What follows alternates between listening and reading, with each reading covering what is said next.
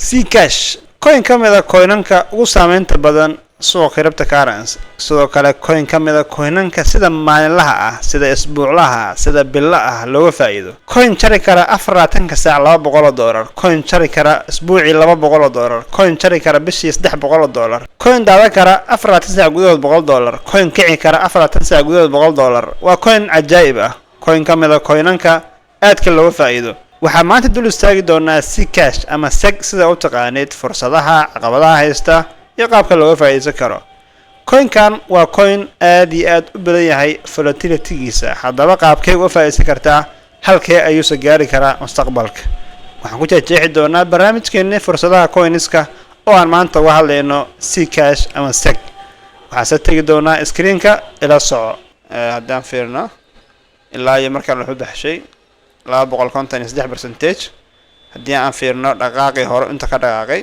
percentage-ka uu bixiyay waxa waaye 2231% ajaa'ib haddii aan isla tagno screen-ka coin-ka maanta miiska noo saaran waa Zcash ama SEC ayaa loo soo gaabshaa coin-kan marka market cap-kiisu large cap miya ama high cap middle cap miya low cap miya sidoo kale rank-kiisu waa intee aan isla tagno screen-ka iyo coin market cap Zcash numberka ku jira wuxuu ku jiraa lambarka 12aad ranking-ka aan gudaha u galno haddii aan gudaha u galno waxaan u jeednaa market cap-kiisa inuu yahay 8.79 billion waa coin iska middle market cap ah ayaan dhihi karnaa sidoo kale haddaan fiirino dhinaca qiimaha maanta uu marayo waa 526 ayuu hadda marayaa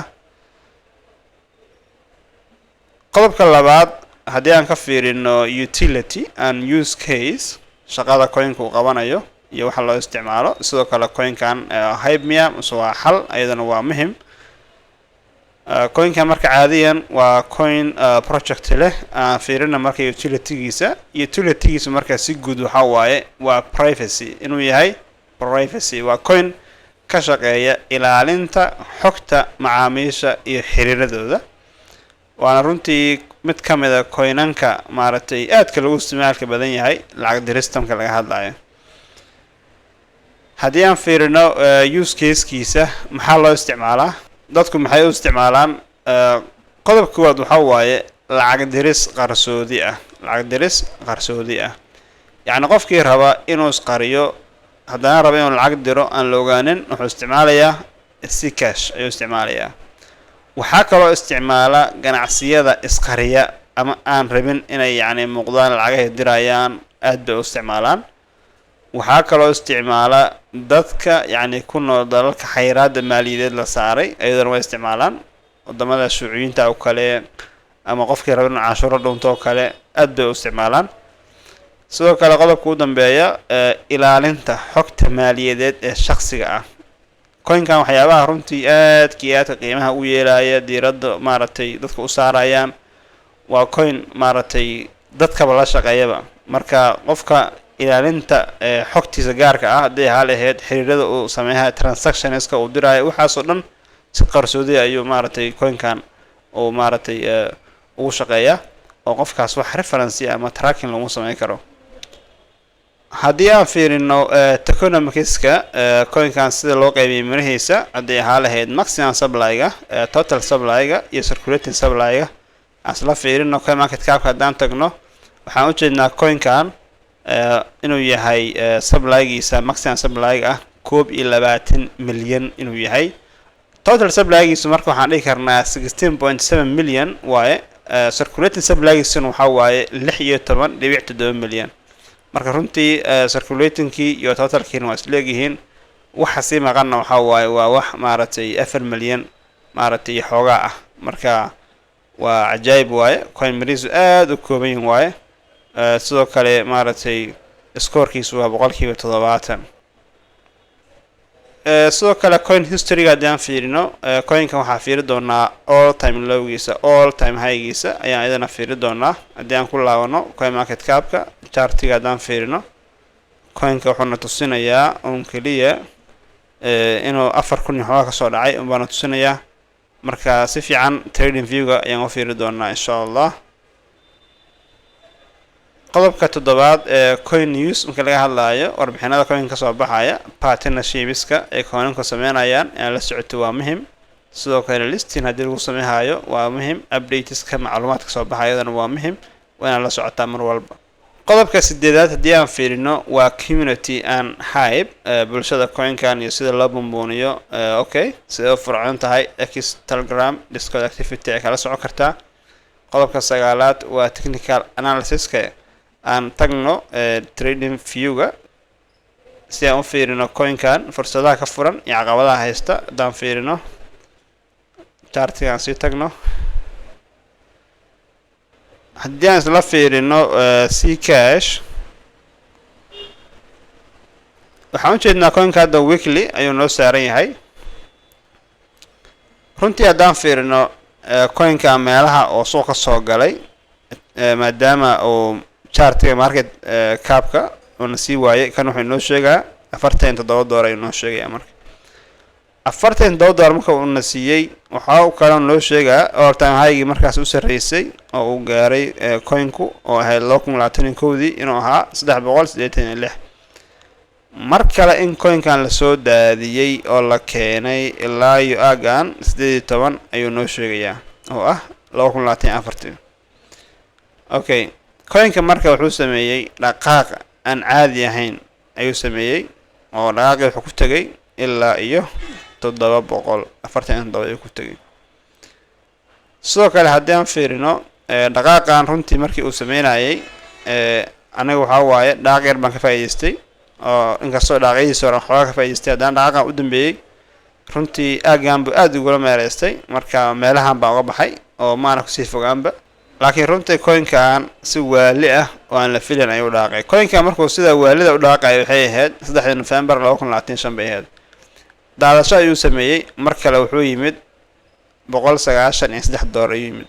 waxay ahayd marka labadii bishii March 2026. marka November iyo March waxaa u dhaxay kara waa dareemi kartaa 3 bilood ilaa 4 bilood guud ayuu kusoo daatay mar kale. caadiyan marka waxaan u jeednaa coin-kan runtii inuu maaragtay mar kale bixiyey Chinese-kaas oo dhan. haddaan fiirno ilaa iyo markaan wuxuu baxshay 253%. haddii aan fiirno dhaqaaqii hore inta ka dhaqaaqay percentage-ka uu bixiyey waxaa waaye 2261%. cajaa'ib. marka runtii aad buu coin-kan u faa'iido badan yahay. runtii hadda dhaqaaqa u dambeeyey oo lasoo daadiyey waxaa lasoo daadishay almost 60 ayaa lasoo daadishay. mar kale waxaan u jeednaa in coin-ku uu sameeyey dhaqaaq kooban oo ilaa iyo maaragtay 24 ah, 99% buu sameeyey. marka dhaqaaqan mar walba uu tagi karaa aagaan 600 oo ku laaban karaa. marka haddii uu zone-kan inta tago si fiican loo jabsado, zone-kii all time high ah haddii la jabsho waa zone-kaasi, runtii dhaqaaq fiican buu sameyn karaa coin-kaas. oo waxaan arki karnaa in uu maaragtay ku dulnasto zone-kan kadibna uu maaragtay dhaqaaq fiican sameeyo ilaa iyo 1000 qadaadiic ah. marka coin-kan waa coin runtii supply-giisu aad u yar yahay. sidaan soo aragnay supply-giisu aad buu u yar yahay, marka waxyaabaha caawinaya ay qayb ka tahay. okay, haddaan fiirino dhinaca maaragtay support-kiisa wadda ugu xoogan aagaan buu yaalaa. haddaan fiirino support ahaan coin-ka xaggaan buu yaalaa, support-kiisa ugu xoogan. resistance-ga ugu xooganna wuxuu yaalaa aagaan. haddii aan fiirino aagaan ku jira resistance-giisa ugu xoogan. marka waana meesha ugu sareysay oo all time high u ahayd. haddaan fiirino marka coin-kan runtii waxa waaye faa'iido fiican buu maaragtay soo celin karaa. sidoo kale coin-kan waxaa la rajeynayaa mustaqbalka inuu tago ilaa 2000 oo noqdo coin-ka yacni bedeli kara Ethereum. Ethereum marka caadiyan coin-kan uu dhaafi karaa isaga iyo Bitcoin Cash. waxaa la fili doonaa in mid ka mida ay Ethereum ay score ahaan jabiyaan dhinaca qiimayaasha. marka dadkii Ethereum-ka ku daaleen rarkiisa iska batay, supply-giisu waxaa waaye infinity waaye. marka coin-kan oo privacy-ga xadidan oo maaragtay sa u duulaya ay dadku jecel yihiin. marka taasna waxaa waaye inay indhaha ku haysaan waaye. haddii aan fiirino qodobka 10aad risk analysis-ka well manipulation iska fiiri coinka mar walba dhaqaaqo oo maaragtay waa lagu soo daadi karaa oo lagu salgaray karaa iska fiiri mar walba meel korato iskaga bax mar walba zone hoose yimaada raac midda ugu fiican waa midaas sidoo kale regulation riskiga iska fiiri haddii la yiraahdo coinkan wadamada qaar baa laga mamnuucay exchange qaar baa laga saaray iska fiiri psychological riskiga asagana waxa waaye haddii cabsi la sheego ha ku degdegin maaragtay coinka inaad salgaraydo iyo coin fiican waaye wixii security riski asagana aad iska ilaali qodobka 10aad waa talooyin muhiim ah raacin boomooninta haddii lagu yiraahdo sag baa dhowr kun gaaray ha yeelin waa inaad sameysaa cilmi baaris ku gaara do your own research sidoo kale samee mar walba diversification ama portfolio kala duwan adaa coin kala duwan haystid aad ma santahay muuqaalka like saar youtube ka subscribe saar saaxiibada la wadaag